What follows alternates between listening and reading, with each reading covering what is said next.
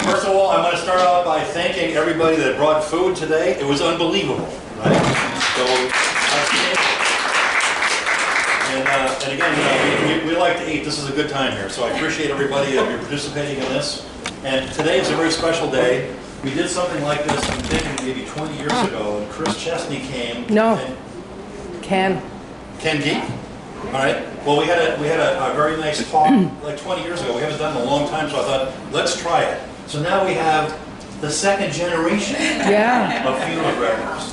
And of course, Ken Geek died a couple years ago, and you know, so very interesting. So go ahead, you can introduce yourselves, and we probably know you, but say it again. Yeah. Okay? Thank you. And wait a minute. And if you have any questions, now's the time to ask questions. So let them do the presentation first, and then, okay? Absolutely. Hi everyone, my name is Cara Bartles. I am with Daps and Chesney Funeral Home. I've been a funeral director for about 10 years, and in case Val hasn't told everyone, I'm very good friends with my daughter. She was good. I am the recent new owner of Daps and Chesney Funeral Home. Good for you. A week. Yeah. Valentine's Incredible. Day was official. Valentine's Day was Incredible. official. So thank you again for having us. I brought two of the other young directors that you've probably seen our faces multiple times, and we're happy to go over your options for pre-planning. Ryan has made a really great slideshow. We're going to go through each slide, tell you your options, and tell you how we can customize your wishes. At any point, feel free to ask questions, but we do also have some time at the end for you to ask questions, but you can interrupt us, we're used to it. So I'm going to let these guys introduce themselves, and then we'll get started. Perfect. Hi everybody, I'm Claire Troy of Burnett and White Funeral Homes. You may be more familiar with Ken Geek or Bruce Troy, who is my father. So I am truly a second generation funeral director. I'm blessed to be in the communities of Red Hook and Rhinebeck and serving all of Dutchess County. I want to thank you, of course, for being here today. We find, as funeral directors, it's so important that you all know your options. You're able to think through things, make us as funeral directors aware of your wishes, but to more importantly inform your family. Far too often this conversation is not had, right? There's the fear of kind of that conversation. So it's important to kind of get your mind thinking while you're well and able to get those wishes down, so when the inevitable time does come, everybody's well prepared and we can follow out your wishes and just as you wanted them to. But again, I thank you for being here, and I look forward to the next few minutes with you all. Hi everyone, my name is Ryan Borg. I work at Sweets Funeral Home in Hyde Park, kind of the other side. I've been in the funeral industry for about 10 years, licensed for 2. Along with these ladies, we are the younger generation. And as the younger generation, we see, and the families we deal with, we see that people aren't pre-planning or they're not talking to their family as much. And we've actually had numerous conversations amongst each other about how it needs to change. And you know, my shtick with pre-planning and pre-arranging is, you guys all have families. You have all raised them. You've been with them. You've taken care of them. You've done everything for them. Why, in their biggest time of need, would you leave them hanging? So, That's right. On that note, we'll begin. You have a special button. So what is a funeral? A funeral is a time to gather, remember, and celebrate a loved one's life and legacy. It's also a time to mourn and pay our respects to family, relatives, and friends of the person who passed away. And it's a time set aside for you. We should celebrate your life. It's a... As I say, we all have our each individual lives. One of the things I like to say as well is, you know, I enjoy this job because I'm not the same as you, you're not the same as you, and everyone should have that opportunity. You should be able to celebrate that. Mr. and Mrs. Isaac, you guys have been married for how many years, and yet you're still different people. So we should celebrate that. We should appreciate that, and you know, show our families the values that we have. Mm-hmm. So many times in life we celebrate different life events, right? Birthdays, anniversaries, weddings, things like that. Why should a funeral be any different? It's important that we bring, and I think some of the terms, you know, celebration of life, things like that, those are now all coming into effect. It is a true celebration, whether that has a religious get to it or maybe not, a funeral in somebody's life that has now ended, it's important that we figure out how the best way to celebrate that, not only for the deceased, but for everybody that knew that person. Well, plain and simple, as Claire Yeah, stated. here we are, What do we- steps ahead. What do we plan in life? You plan everything. You plan your birthdays, you plan family gatherings, you plan your wedding, that's usually a long one, parties, vacations, you plan everything. Why not plan your funeral?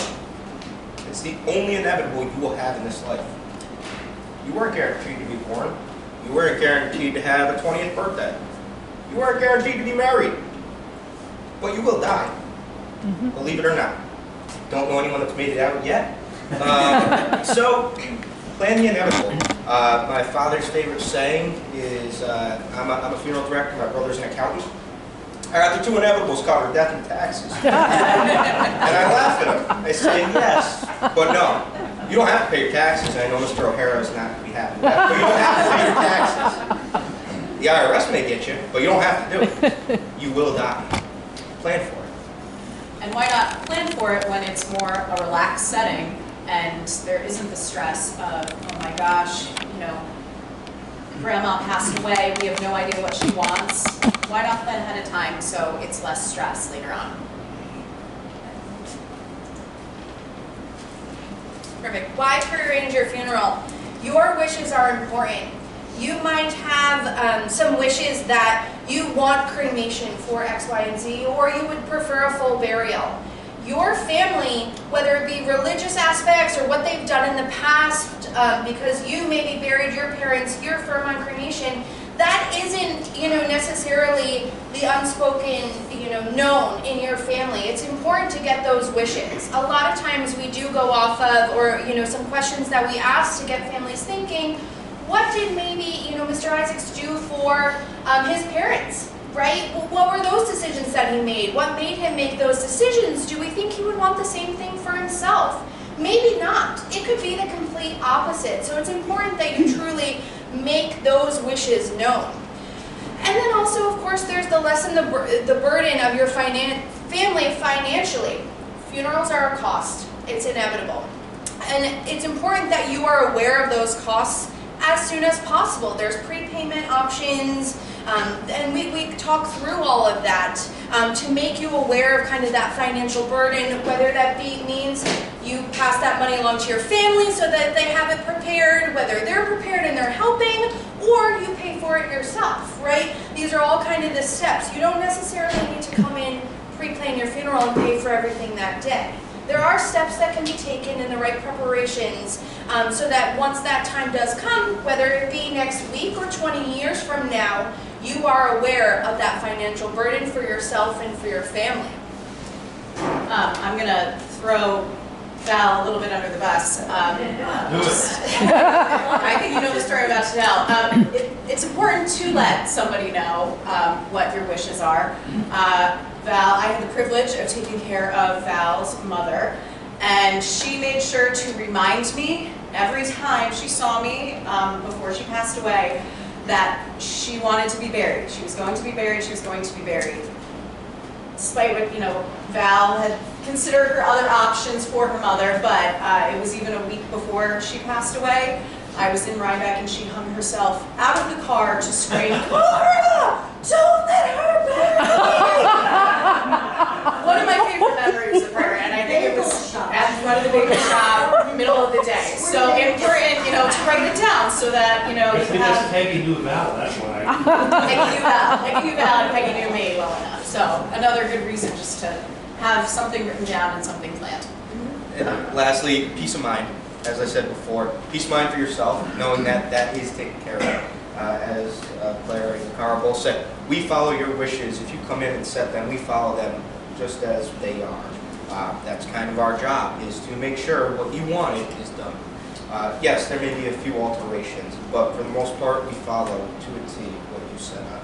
So, peace of mind for you, knowing that that's going to be carried out, and peace of mind for your family as well. Well, all right, so we're telling you what you should do, and now how do you do it? what can you do? First thing, meet with the funeral director. Well, we got 3 of us here, so just grab our ear, it's okay. Talk to your family, all right? Maybe it's a little cumbersome for you to reach out to us. You don't want to make that phone call yet. Talk to your family, talk to your kids, talk to your spouse. Maybe your spouse wants something completely different than what you're thinking. Well, if you don't have that conversation, and it's too late, what are you going to do? All right? As we mentioned, you can set up an account financially, whether it's at your bank account, whether it's with a funeral home. There's multiple ways to take a look at that as well. I'm going to toss this one over to you. Perfect. The next one. You can buy a cemetery plot. So one of kind of the larger, one financial aspects and also a large decision should be made. If you want a burial of any kind, whether that be a full body burial or a cremation burial, you'll need to pick that out. A lot of times we have families come to us and say, you know, I want to be in the area, but I'm not sure quite what are our options. Smaller cemeteries are running out of space. Right, so that's something to consider. And then, you know, do you want to be near family? Is there a family plot? Do you want to try to get as close as possible? Things like that. But as time goes on, these spaces are filling up, right? And so it's important, you know, to one, pick your spot because it can be also a large ticket, you know, kind of financially when the time does come to purchase a plot for you and your spouse. You know, here locally, graves range about $800 up to about $1,500. And the further, you know, down in the Poughkeepsie area, they could even get a bit more. So that is a larger ticket, you know, item and a large, you know, decision to be made, especially if you want 2 graves next to one another for you and your spouse. Maybe you want a larger family plot if you want your children buried there. That's something that you can kind of do ahead of time. A lot of folks purchase a cemetery plot, and then a few months down the road, a few years down the road even, then decide to do their funeral planning. So that is something that can be done independently or, you know, in conjunction with your funeral arrangements, kind of talking with a funeral director who has probably a lot of knowledge about the local cemeteries in our area. And then, of course, buying a headstone. That's another large expense. I also have the privilege of owning and operating Cole Rocklia Memorials in Red Hook. Monument shops are few and far between. There are very little monument shops locally, and monuments take a while, and there are so many options. You're truly starting from scratch, building something that you want. Some people see something that they like and say, I want to go, you know, close to that, maybe fine-tune a few things. But that's something folks come in, they say, I have no idea what mom and dad would have wanted for their headstone. Neither of them, you know, said anything, neither of them, I don't even think thought about it, right? And it's left to the children to kind of band together, you know, to make that decision. Of course, another financial burden for them as well. So just things to consider that are one, large ticket items, but also you have the opportunity to have a say. You know, a monument is so important. People go to a cemetery whether they know you or not, and they see, it can tell one's life story to a certain extent. It can have a religious affiliation. You know, that was a woman of great, you know, pride in her faith. Maybe she loved cooking scalloped potatoes, right? And that her famous recipe might be on the back of it, right? It can really be, right? I would put in a request for that. Put that recipe on there. World famous, you know. Things like that can really tell somebody's story. So whether it's people that might know you or might not know you, they walk by, they see, you know, that maybe even try the recipe, and you know, are able to make a good connection to the community and the history within the community as well. And for all of this, really your first step is just give one of us a call. Or if you see us, we don't mind if you come up to us in town, if we're at the grocery store, and just say, hey, are you around this week? Can we stop by just to talk through some ideas? We just have some questions. All of us have office hours for free. If you're not even comfortable coming to the funeral home, I know I've met people at coffee shops, I've met at churches, right? I mean, I love being in a coffee shop. Anytime you guys want to come maybe at a bagel shop or bread alone, I'm happy to do it. Claire too, she's bopping in Rhinebeck sometimes too. Yeah. Real quick, those are actually some of the best conversations we have, and the best way we can relate to our communities is by doing things like that. You know, stop us at the grocery store, say hi, hey, you remember me? I was at your seminar. hey, I was at the funeral for Mrs. Smith. We love those conversations, you know. Those are the things, that's why we're all in here. So Claire had mentioned, and Ryan a little bit, you can prepay your funeral. So give us a call, you come in, you sit down, and you say, okay, I don't want my family to worry about things when the time comes. I want to write everything down, and I want to prepay it. You can pick your casket, you can pick your urn, you can pick if you're going to have a service at the funeral home, at church, or wherever. And we can let you know what the projected cost is going to be and set up an account for you. You want to talk about? Sure. The next one you're going to see is revocable or irrevocable. All right. Some of you, if you're on Medicaid, Medicare, it changes things. Some of you may have had a parent that you had on Medicaid. When you apply for Medicaid, there's what's called a spend down process. To do that, when you're interested in your funeral, that is one of the things they tell you to do. That's a way to keep that person's money theirs. It goes into a trust account that is theirs and theirs alone, and then that money can be used for their funeral. So as far as revocable or irrevocable, different ways of setting up the trust and contracts, there's multiple ways to do it that could be of a financial benefit, again, for you or your family. At the end, we do have some packets up here. There's a lot of good information, and a lot of it does discuss, you know, the ways to help protect your assets as well. What is the difference between revocable and irrevocable? So revocable, at the end of the day, when someone passes, if they're in a revocable trust account, that money can go right back to the family. If they're in an irrevocable account, say they're on Medicaid, they're in a nursing home, they've already done this. They've already prearranged and they have an irrevocable trust. Any money not used for those funeral arrangements would have to go back to the county in which they reside. That's the biggest difference. But once again, that's something we work with you guys on as well to help you out what's going to be best for your situation. In New York State right now, the only way to apply for an irrevocable trust is when you are applying for Medicaid. Other than that, it'd be revocable. That brings up the question some people may have of, well, who could take my money? Right? It's revocable. You can take it back at any time. Only you. You are the only person that can take your money unless you have a designated power of attorney. But even then, there still needs to be a couple of signatures. So, as we're talking about prepaying and financially setting this up, know that it's safe. It's not something that can be withdrawn like money out of the bank or via an ATM card. It's a lot more secure and a lot safer than. Are these accounts like in a bank? They're all held in New York State. It's called a trust state. So The state does it? It's called a trust state. So any contract we set up as far as prearranging has to be in some type of trust. It has to gain interest. Whether the funeral home decides to do it with a bank account, I know at Suites we use pre-plan. I believe you guys All three all use the same. So we all use the same trust account. It's held and managed up in Albany by a trust group that only deals with funeral homes. Oh, isn't that interesting?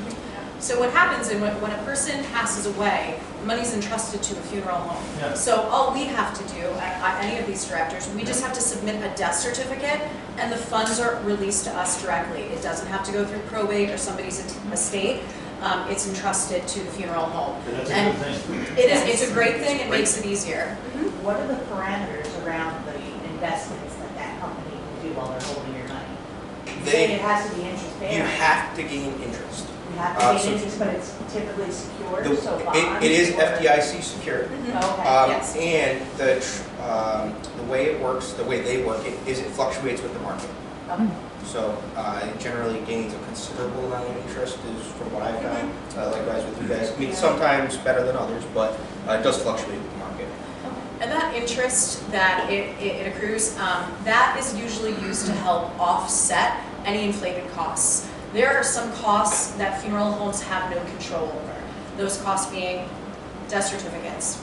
State does not ask us if we're okay if they raise the price. Cemeteries, we don't have any control if cemeteries change the price. So that kind of helps your family later on. I'm going to stay ahead of you. So if you want to change, just say you come and you set up a trust account with me. for whatever reason, you got Claire and I confused. You didn't mean to call me. It happens to us all the It's happened time. a few times. So you get us confused, and your family realizes, oh no, it was supposed to be Claire, not Cara. You don't even have to contact me. Claire can just submit to the trust when you pass away. And I just get a notification saying, just so you're aware, it was closed and used by Burnett and White Funeral Home. So it is transferable. And a lot of times, going off of that, folks choose to move, right? So, you know, whether you're up here and maybe your children live upstate a little bit for whatever reason and they want you a little bit closer, that funeral home can easily unlock your funeral funds, absolutely, or you can transfer them. There kind of are those options, and, you know, depending where your final resting place might be, might help with those decisions. Yeah, so if you move to Florida.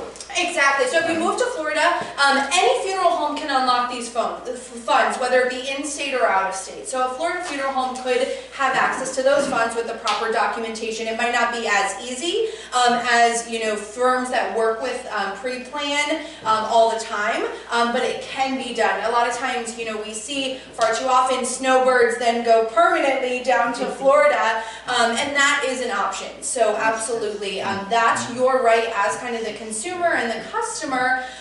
You have, is still your funds, whether revocable or irrevocable, it's still your money to use towards your funeral arrangements wherever that might be.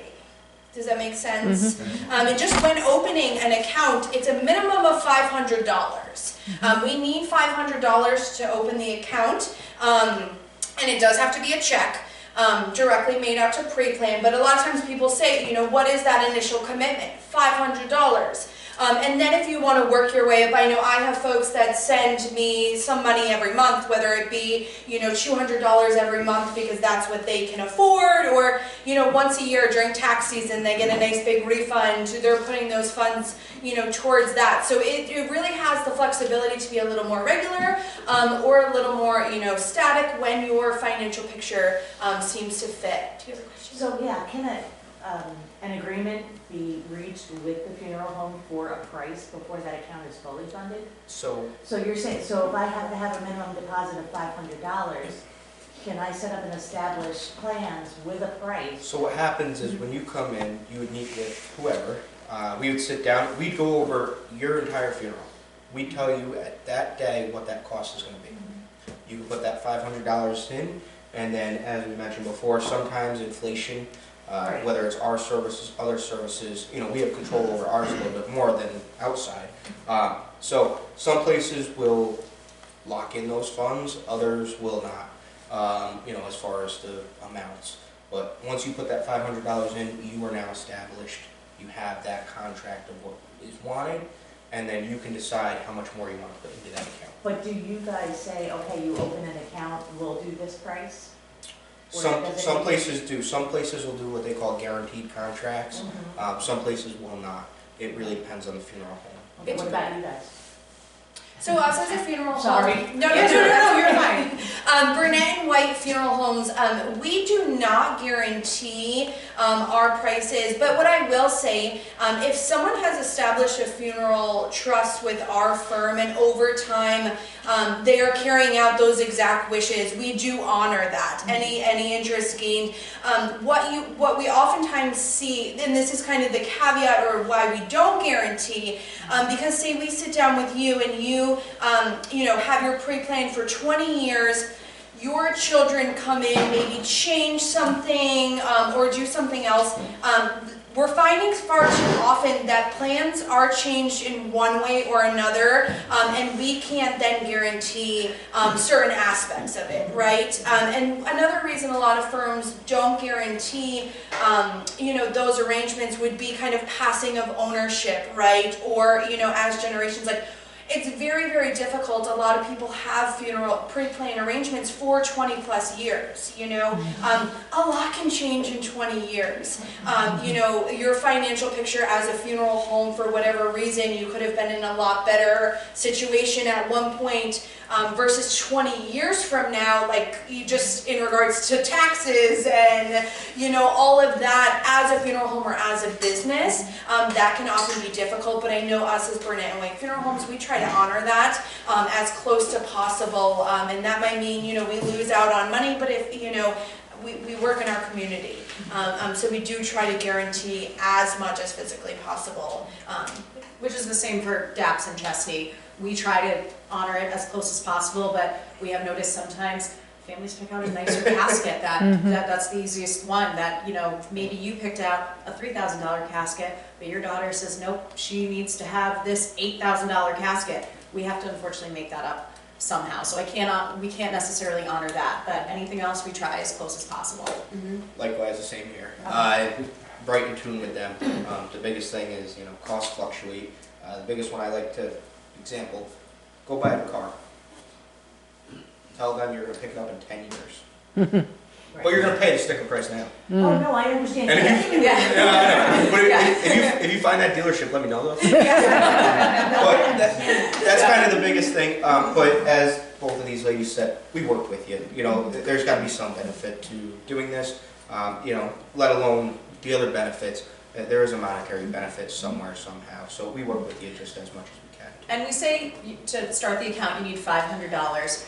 Payments can be every month. I have some folks who pay me every 6 months or just once a year. We do strongly recommend trying to pay that if you can as soon as possible, just because then we can honor prices a little bit more if the money is sitting there a little bit longer gaining interest. But funeral homes can be we can all be flexible with however you bring us the check. And we're friendly people. Call us up each year, see how your account's doing. That's the best. So you're saying if somebody comes in and makes their wishes known, what they want, that later on, after you die, all that can change, the family can change? Not necessarily. Not everything.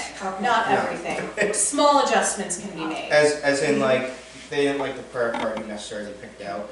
They found one that better represents you. Or they choose a nicer they casket choose or a a nicer different casket, urn. or they go in and they want a small design changed. Or maybe you said you wanted purple flowers, but they're like, Mom started liking blue at the end of life. I'm going to do blue. Little things like that, yes. As far as whether you're going to be buried or cremated, no. That's usually set in stone. And, I know we probably all have people come in, Mom didn't want that. She was, what was she thinking? No, I met with Mom. This is what she really wanted. This is what we should follow. And we talk with families in that regard too, because you came in for a reason. You wanted your wishes known. That brings us back to the point we talked about before. The biggest thing is talk with your family. If you want to come see us first and then go break the news to them, that's fine. But talk with them. We can help you, give you some tips on how to talk, how to start that You conversation. can come in multiple times to talk to us. Come in by yourself first and then. Would there be a beneficiary for this account? Yes, the beneficiary is you. Well, what if you're lost at sea? And there isn't any burial, there isn't any funeral, maybe? So that would be a similar aspect to what they did have back like 9/11, right? You had a couple of firefighters who they didn't find. They still had memorials. They still had services. So that's where that would go. You would still have something. So that might be an extreme circumstance Yes. of what could be changed. Yeah, really, what do you plan? Yeah. George, where are you going?